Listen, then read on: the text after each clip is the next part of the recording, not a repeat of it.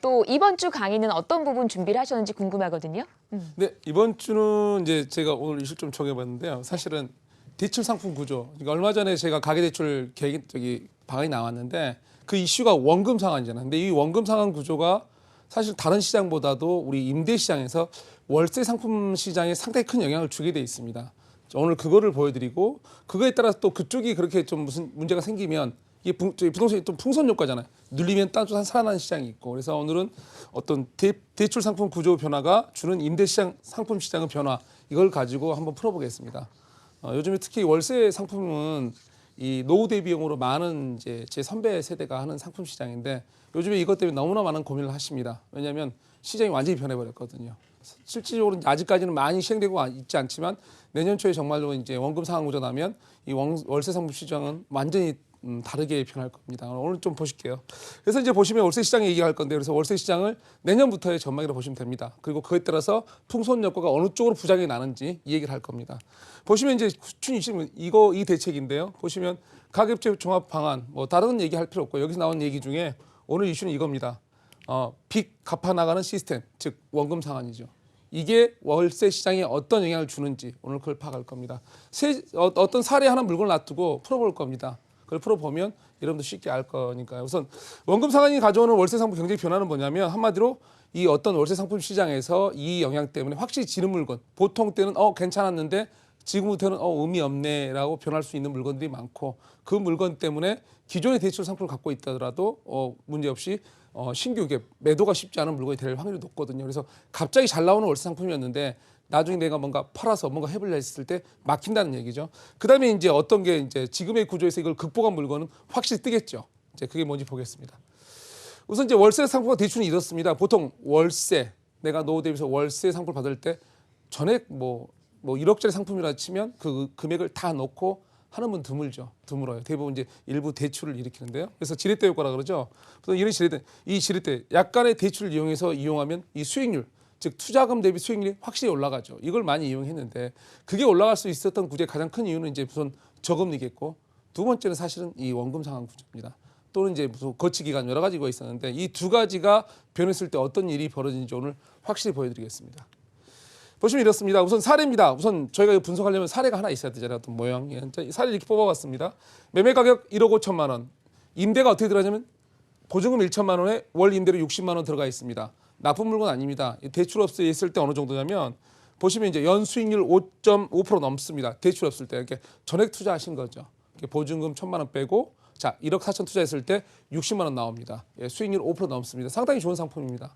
자 이런 좋은 상태 상품을 가지고 제가 오늘 사례를 볼 건데 어떻게 뽑을 거냐면 보시면 우선은 이제 1차적으로 대출을 했을 때잖아요.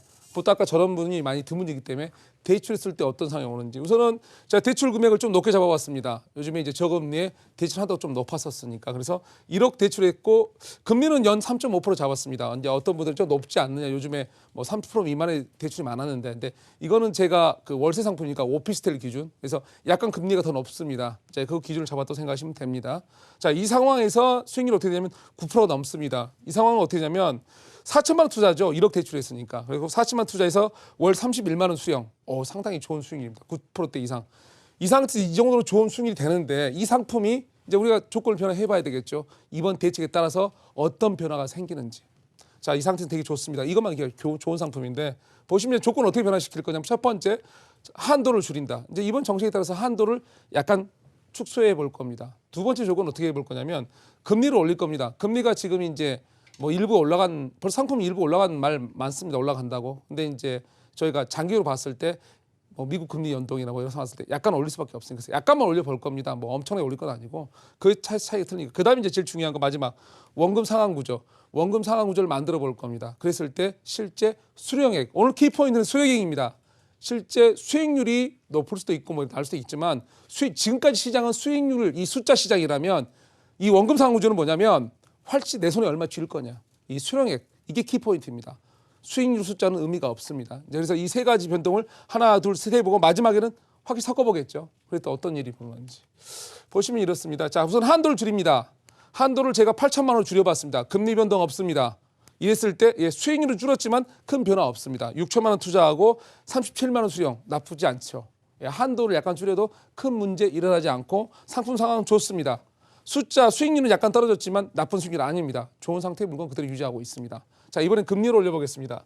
금리를 많이 올리지 않겠습니다. 1억 상태에서 제가 0.5%, 0.5%니까 연 4%로 금리를 약간 올려보겠습니다. 그래서 어떤 일이 벌어질까요?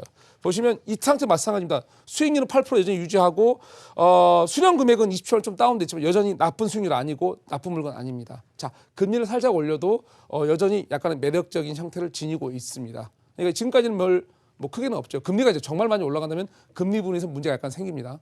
자, 근데 이제 제일 중요한 건 이제 원금 상환입니다. 이거 같은 경우 이제 보시면 자, 원금 상환할 겁니다. 어떤 상환할 거면 대축을 1억을 기준으로 원금을 상환할 건데 어떤 식이냐면 우선은 이제 제가 연금은 그대로 뒀습니다.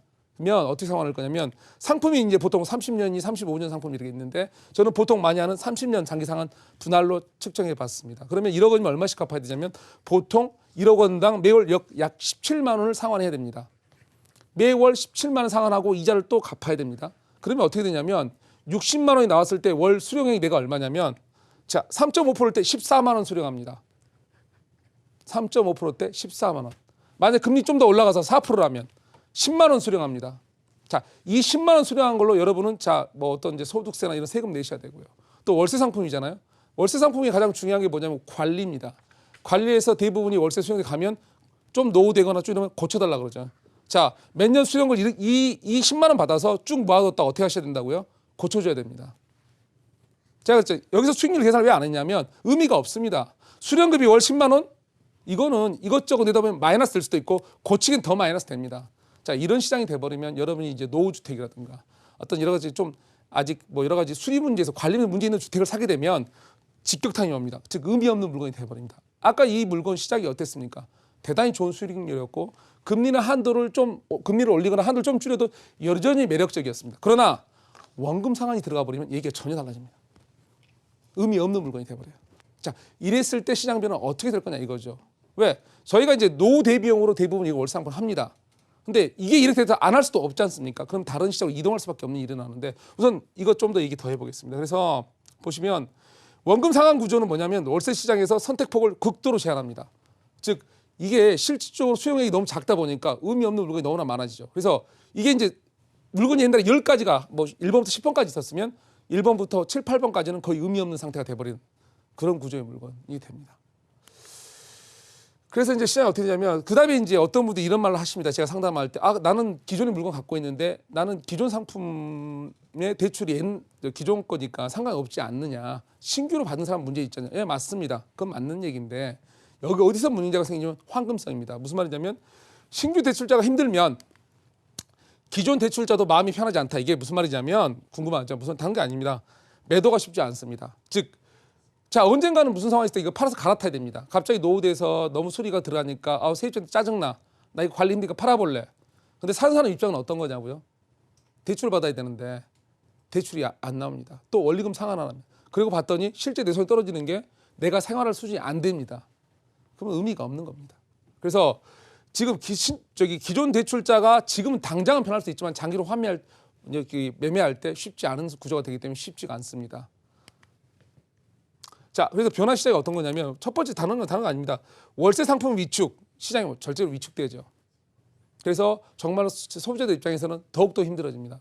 두 번째는 뭐냐면 차익 시장으로 일부 이동. 무슨 말이냐면 지금 전세가가 이게 좀 더 문제인 겁니다. 무슨 말이냐면 어쩔 수 없이 이제 이득은 만들어야 되거든요. 내가 노후 대비를 해서 자, 따박따박 나오는 월세가 안 된다면 그럼 뭐라도 해야 되죠. 자, 차익 뭔가 1년 단위, 2년 단위로 내가 차익을 실현해서 그거를 나눠 쓰는 구조를 만들어야 되는데 그러려면 어쩔 수 없이 이제 저희가 그 차익 뭐 전세기원 투자로 갈 수밖에 없는데 지금 문제가 뭐냐면 이 전세 시장이 너무나 지금 불안합니다. 자, 수도권 일대부터 모든 시장이 지금 난리가 아니죠. 솔직히 말하면 너무 힘들어하는 분 많습니다. 그런데 이런 시장이 되면 여기에 대한 경쟁이 더 추가된다는 거죠. 그래서 일부 이런 소액 시장은 지금의 이 월세 시장 변화를 가져봤을 때는 아까 말한 풍선 효과라죠. 여기가 눌려서 그쪽으로 많은 경쟁자들이 갈 수밖에 없습니다. 그러면 좀 더 불타오르겠죠. 이게 사실 약간의 부작용 현상이 일어날 수밖에 없습니다. 자, 그다음에 보시겠습니다. 그래서 그다음에 또 중요한 건 뭐냐면 비현실적 고수익 상품에 대한 시장 구조가 무슨 말이냐면 자, 아까 말씀대로 원금 상환 구조가 되다 보니까 요구는 어떠냐면 현실 쉽게 존재하지 않는 비현실적이란 말을 그래서 한 겁니다. 거기에 대한 요구가 커집니다. 왜? 실수령이 그래도 얼마 투자했으면 몇십은 돼야 되는데 10만 원 이내 말이 안 되잖아요. 그러다 보면 투자 금액 단위가 커지고 비현실적 고수익을 바라게 됩니다. 또 다른 관리 시스템을 요구가 되고. 왜 이 말 꼭 썼냐면 항상 이런 요구가 커지면 이 부동산 시장에는 말 안 되는 물건이 나옵니다. 현실로 존재하지 않는데 꼭 물건이 나오거든요. 그런 물건에 너무나 많은 분들이 이제 잠깐 판단을 잘못해서 투자를 하는 경우가 많습니다. 그래서 그거 조심하라고 이 말 써놓은 겁니다, 제가. 그래서 어떻게 되냐면 이제 대체 방안인데요. 자, 이런 시장이 됐을 때, 자, 월세 시장이 위축될 때 어떻게 식으로 대처해야 되고 또 이런 이상한 물건 많이 나올 때 어떻게 대처해야 되는지 보는 겁니다. 자, 이게 결론인데 보시면 이겠습니다. 월세 상품 시장은 이렇습니다. 자, 시장이 혼탁해집니다. 첫째는. 두 번째는 자, 그래서 거짓 월세 상품이 너무나 난무합니다. 자, 이럴 때 어떻게 대처해야 되냐면 다른 방법 없습니다. 철저히 상식에 의한 투자를 하셔야 됩니다. 근데 상식이 뭐냐? 항상 제가 부동산 투자 상식이라고 말씀드리잖아요. 상식이 뭐냐면 1번 여러분만을 위한 준비된 물건은 없다. 항상 어디 부동산 투자하실 때 가실 때 항상 왠지 나만을 위한 물건이 있는 것 같이 보일 때가 많습니다. 근데 월세 시장에서의 월세 시장 구조는 이 큰 돈하고 경쟁입니다. 지금 우리나라의 뭐 펀드니 이런 구도들도 수익 시장을 쉽게 못 찾고 있습니다. 그분들이 원하는 게 월세 시장이거든요. 그러므로 경쟁하는 시장에서 나만을 위한 물건 그런 건 존재하지 않는 겁니다. 두 번째 뭐냐면 월세는 세입자가 주는 거다. 항상 제가 자주 얘기하죠. 월세 누가 주는 거라고? 세입자입니다. 시행자가 주는 것 같고 그 뭐 확정임대 이런 단어 존재하지 않습니다. 가장 이제 얼마 전에 문제됐던 건 저희가 호텔형 지분형 분양이었는데 확정임대를 몇 년 주셨죠. 근데 항상 물음표를 달아보시죠. 왜 확정임대를 주는지 시장 수익률이 어떤 건지 꼭 따져보셔야 됩니다. 근데 이런 상품이 더 많아질 겁니다. 그다음에 이제 인터넷에 너무 의존하지 마라. 부동산에 이 인터넷에 여러 가지 정보가 나오는데 그게 진실 아닌 경우가 많습니다. 좋은 소리도 절반은 거짓이고 나쁜 절반은 거짓입니다. 이 인터넷에 너무 의존하다 보면 너무 편한 거죠. 게으른 거거든요. 부동산 여전히 현장입니다. 인터넷 정보에 너무 의존하지 마십시오. 세 번째, 눈을 낮춘다. 무슨 말이냐면 수익률, 즉 월세를 받아 알고 뭐 경쟁자가 너무 많아졌습니다. 그런데 어떻게 쉽게 수익률이 높습니까? 다른 식견이나 다른 뭐가 있다면 모를까? 남들이 보지 못한 눈을 가지셨다면 모르겠지만 그건 쉬운 얘기가 아닙니다. 그다음에 현장을 확인하고 지역과 시간을 확대하라. 이게 무슨 말이냐면 가장 중요합니다. 5번이. 제가 월세 상품 저희 상담하러 왔을 때 자주 이제 눈물 짓는 분이 많습니다. 잘못 사서. 근데 그분들 얘기 듣다 보면 절반은 잘못 과오가 있는 게 뭐냐면 현장을 제대로 확인을 안 해요. 물건만 보고 옵니다. 월세는요. 아까 말한 임차인은 지역 전체를 보고 접근하는데 임대인은 그 물건만 하나만 보고 접근해서 답을 냅니다. 비용을 내는 건 임차인입니다. 그렇기 때문에 전 지역을 확인할 수밖에 없습니다. 월세, 특히 월세는. 그래서 지역과 시각을 확대해서 보시는 게 맞습니다. 이게 최소한의 상식입니다. 그다음에 이제 제가 좀 오늘 또 얘기 길어지는데 그래도 짧게 해보겠습니다. 그래서 임대인 고민은 뭐냐면 이 말이 뭐냐면 임대인 입장에서 또 시장 효과를 보면 안정적 수익을 요구하게 돼 있습니다. 그다음에 뭐냐면 관리 비용 문제. 아까 말처럼 원리금 상환 문제가 되면 이게 월세 상품 특징이 이제 잘 고쳐주고 뭐 이런 비용이 많은데 이 관리 비용 문제가 이제 대두되기 시작합니다. 이런 걸 대안으로 할 수 있는 게 뭐가 있는지 찾게 되는 요구가 커지게 되겠죠. 그래서 이제 이건 또 뭐냐면 얘 노후주택이 무슨 얘기냐면 관리 비용 문제에서 가장 이제 취약지가 되면 이 노후주택입니다. 그래서 무슨 말이냐면 다가구라든가 뭐 이런 이제 노후 상가주택 타서 임대를 놓으려고 했는데 어떤 분들이 원금 그대로 사서 하시면 큰 문제 없겠죠. 근데 그러면 수익률이 만만치 않겠죠. 자, 그래서 대출을 끼고 있습니다. 근데 노후주택 보니까 자주 수리해달라고 합니다. 근데 대출 수리했는데 또 원리금 상환도 해야 됩니다. 그렇게 되면 손해 주는 건 마이너스입니다. 사실은 이번 대책에서 가장 월세 시장에서 직격탄 맞은 거는 이 노후주택에 대한 월세 상품들입니다.